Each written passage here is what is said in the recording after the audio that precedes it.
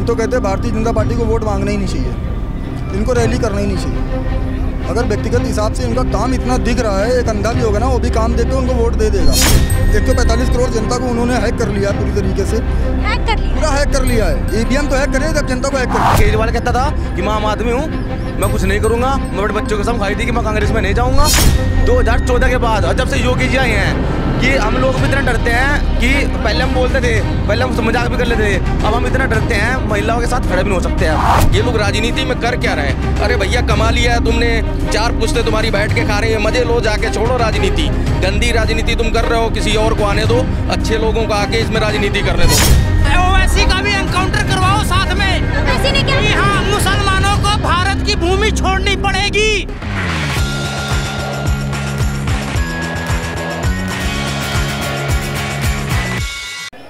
क्या कहेंगे erectile bond के लिए? आप ही बोलिए भैया स्टार्ट। हाँ, बोलिए। देखो अच्छी बात है इलेक्ट्रल बॉन्ड जो Chandrachud CGH justice of India ने जो फैसला लिया है और SBI को उन्होंने नोटिस जाहिर किया कि अपने आप में पोर्टल में ओपन रखना होगा, क्योंकि कोई भी पार्टी, जब BJP सबसे बड़ी पार्टी है विश्व की, भारत की, और इलेक्ट्रो बॉन्ड से जहां पैसा आया हो तो जनता तो पता होना चाहिए कि उस पैसा, क्योंकि 70% पैसा तो BJP के पास गया है, आप पार्टी के पास भी 65 करोड़ गया है, काफ़ी पैसा गया है। तो छोटी मोटी दलों के पास किसके द्वारा गया है, कहाँ इस्तेमाल होना चाहिए, तो भारत की जनता को कि एक वोट की फंडिंग देने का मतलब क्या कि एक वोट की अहमियत होती है। SBI क्यों छिपा रही थी ये सारी चीज़ें जो अभी भी वो कोड मांगा जा रहा है, तो SBI नहीं दे रहा है? कहीं ना कहीं आपको लग रहा है कि कुछ ना कुछ घपला है। ये समथिंग इज सस्पिशियस, बिल्कुल शंका के घेरे में।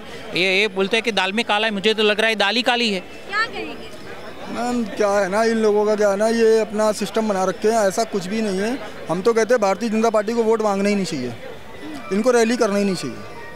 अगर व्यक्तिगत हिसाब से इनका काम इतना दिख रहा है, एक अंधा भी होगा ना वो भी काम देख के उनको वोट दे देगा।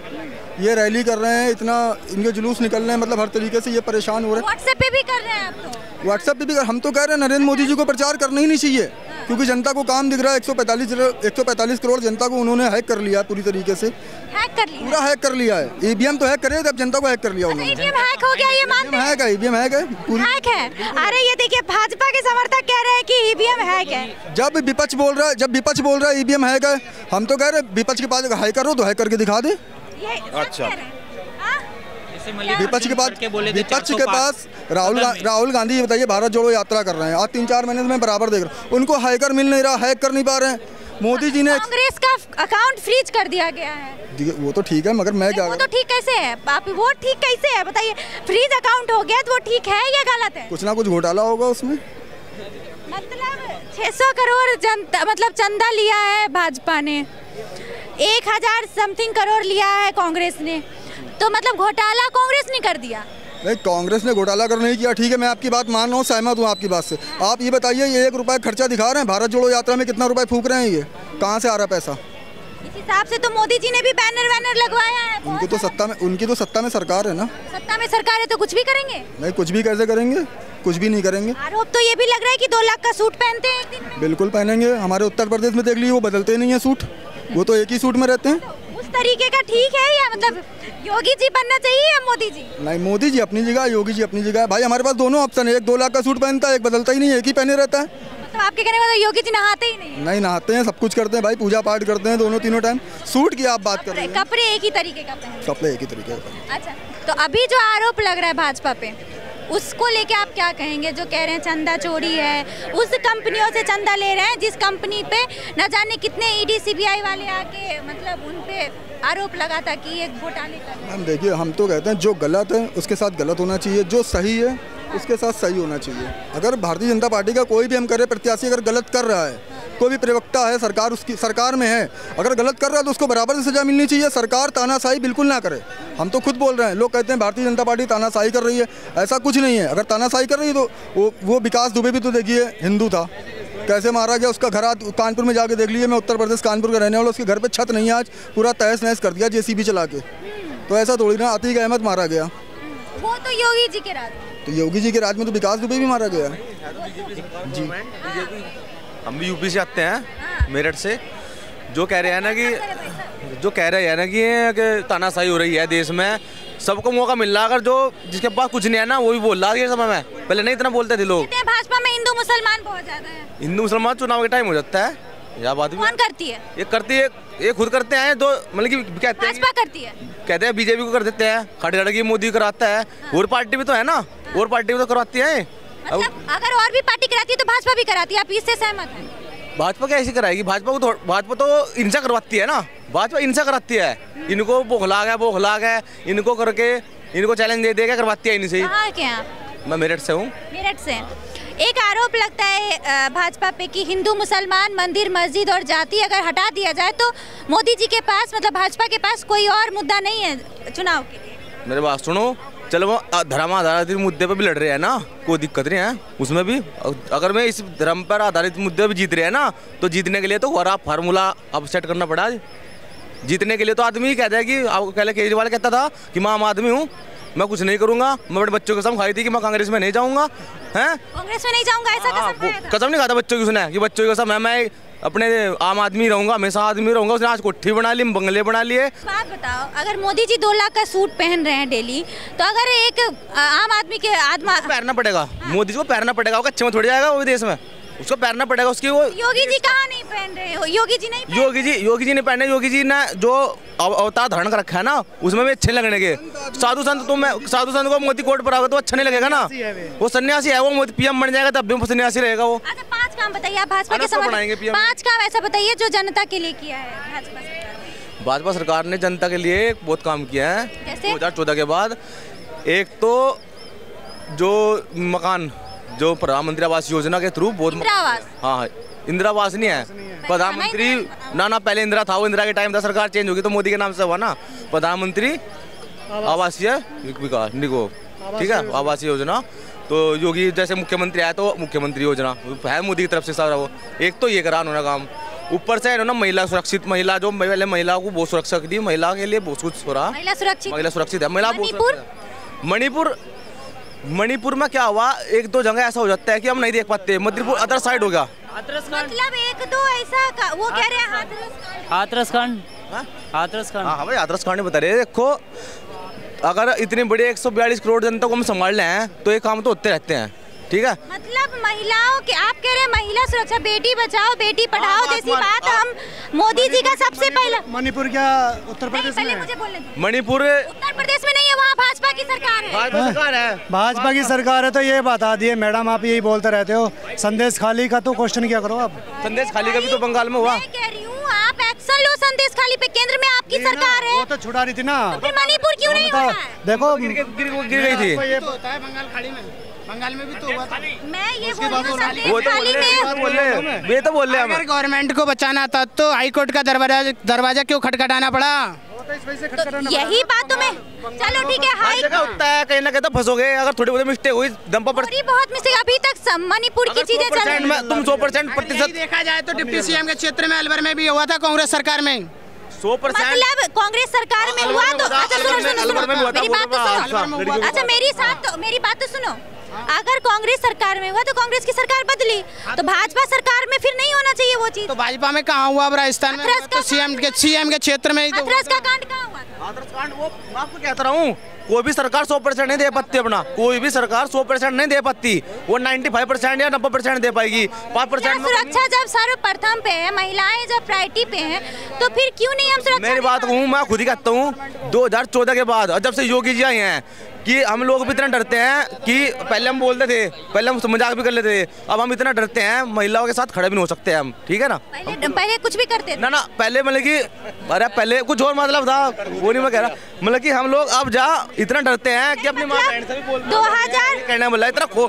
साफ कहना, कानून व्यवस्था दुरुस्त कर दी, कानून का पालन करते हैं, डरते नहीं है, बट इनको कानून नहीं चढ़ा था। बताइए कि आपने कहा जब से योगी की सरकार आई तब से डर है, तो जब कांग्रेस की सरकार थी तब सब छेड़ते रहते थे, चल भाई हम छेड़ते रहते थे, बिल्कुल छेड़ते रहते थे। हमारी अपनी नैतिकता कुछ नहीं है, अपनी नैतिकता कुछ नहीं है। नैतिकता अपनी नैतिकता तो है, नैतिकता अगर हाँ उसमें भी बात सही है, आप कह रहे हैं, उसमें भी कह रहे हो। वैसे लड़की भी अगर मान लो सरकार ने छूट दे दिया तो क्या आप जाओगे छेड़ने के लिए?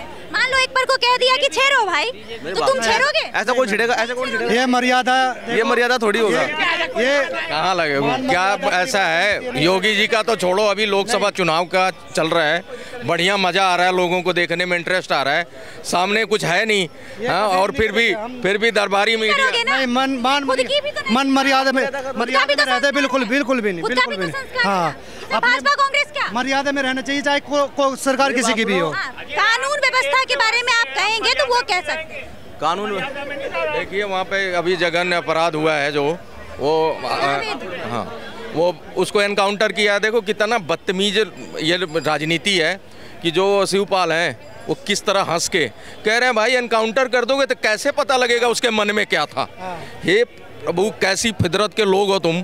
ये नहीं सोच रहे हो कि जिसके घर में 2 बच्चे मरे उनके माँ बाप रो रो के बेहाल हैं, और छोटे 10-10 साल के बच्चे को 25 साल का आदमी मार रहा है घर में और गला काट रहा है, खून भी उसके मुंह में लगा हुआ है। बच्चा बता रहा है तुम्हारा दिल नहीं पिघला, तुम उसको हंस के बयान दे रहे हो कि मैं एनकाउंटर कर दोगे तो पता तुम्हें राजनीति उसमें चाहिए।